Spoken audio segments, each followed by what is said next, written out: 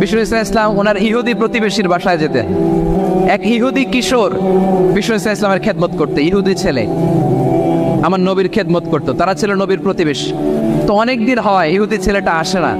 বিশ্বনবী খোঁজ দিলেন ঘটনা কি, একটা ইহুদি ছেলে না আমার খেদমতে আসতো, ছেলেটা কই?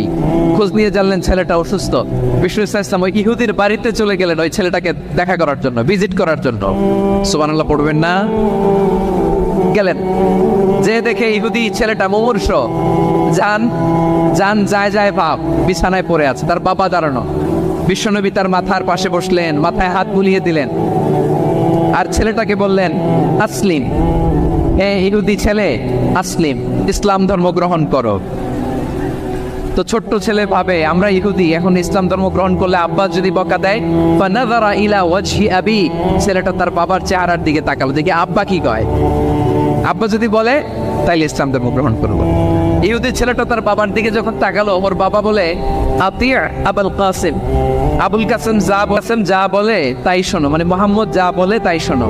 এই কথা শুনে ছেলে সাহস পাইছে, ছেলে আবার পড়তে আরম্ভ করলো আশহাদু আল্লাহ ইলাহা ইল্লাল্লাহ ওয়া আশহাদু আন্না মুহাম্মাদার রাসূলুল্লাহ, পড়েন আল্লাহু আকবার।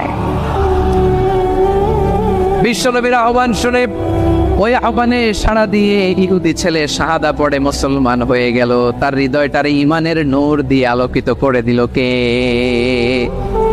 প্রিয় ভাইরা, এবার রাসূল সাল্লাল্লাহু আলাইহি ওয়াসাল্লাম বের হয়ে আসলেন ঘর থেকে, আর বললেন আলহামদুলিল্লাহিল্লাযী আনকাযাহু মিনান নার, প্রশংসা সে আল্লাহর যে আল্লাহ জাহান্নামে চলে যাচ্ছিল প্রায়, এমন একটা লোককে মুহূর্তের মধ্যে কালেমায়ে শাহাদাতের বদৌলতে জান্নাতি বানায় দিলেন। আওয়াজ করে পড়েন সুবহানাল্লাহ।